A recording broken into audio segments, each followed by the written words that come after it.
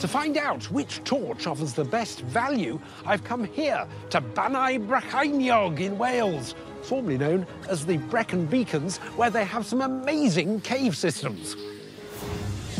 Going into them with me will be two compact torches that are small enough to fit in your pocket.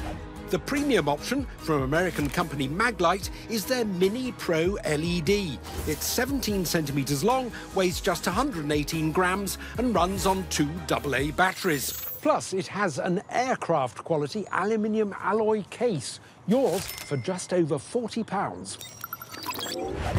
Our budget offering is this Nebo Newton 500, which costs around a third of the Maglite's price, £14.35. It's 13 centimetres long, so slightly shorter, and is powered by three AAA batteries. But just like its premium counterpart, it features a rugged aluminium body. Joining me to put both torches through their paces is renowned adventurer Martin Farr, who's spent 50 years exploring caves and once held a world record for diving the furthest in an undersea cave. Hello, Martin. Great to meet you. Now, torches must be life and death to you. Absolutely. Lighting is everything underground. So I'm always interested to see what a new torch has on offer. I'd like to get your first impressions of the ones we're testing today, starting with the premium Maglite. Yes. How does it feel? It feels good. Nice and light, solid case. Now, this is our budget one. It's a Nebo. What do you think of this? Well, I like the look of this. Aesthetically, it's got a lot going for it. It's a little bit heavier than the Maglite. It's 154 grams rather than 118. Yeah, that's not the be-all and end-all. Well, let's head off down into the caves and test them. Lead the way. Great. As we enter the Daniel Caves and join its 16-kilometre-long tunnel system, we leave the daylight behind.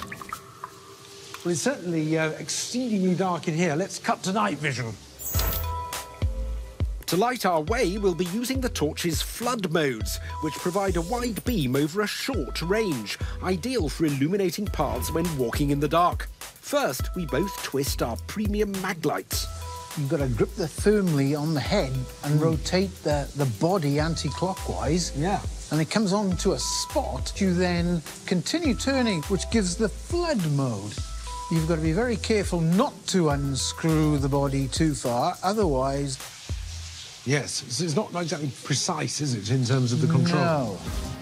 Undeterred, Martin guides us deeper into the limestone cave system. The rock sculpting is obviously very jagged. The Maglite has an IPX4 rating, meaning it's splash-proof, which is handy in these dripping caves. But the LED beam is failing to impress. It's not the brightest. No, it definitely got dimmer, didn't it, going into flood mode? Definitely dimmer. We're perhaps missing out on a few of the visual joys of this limestone.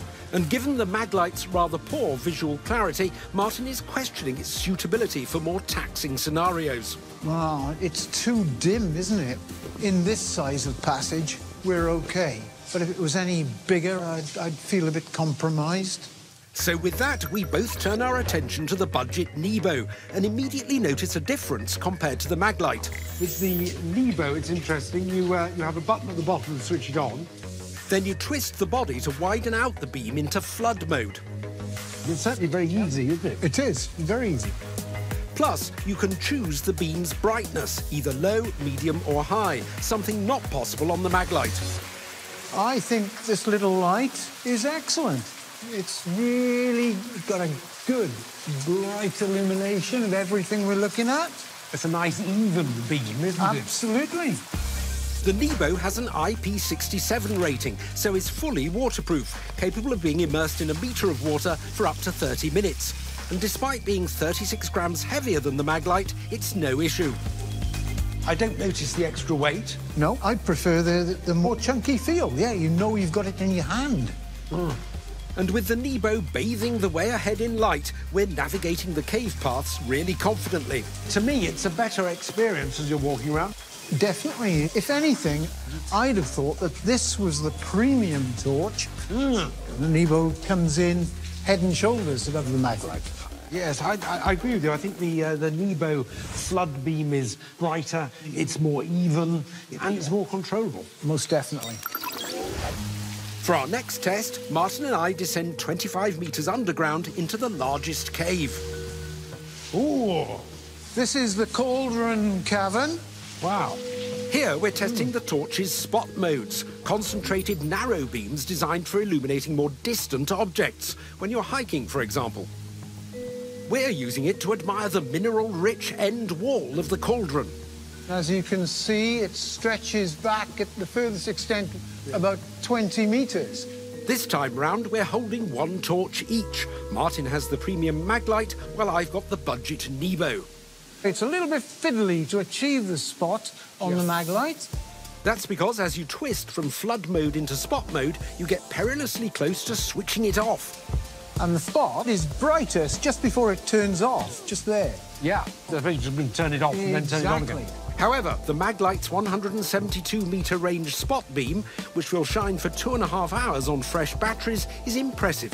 It's got a good throw of light. Yeah. You can see the features of the roof, the original fissure that the cave was formed along.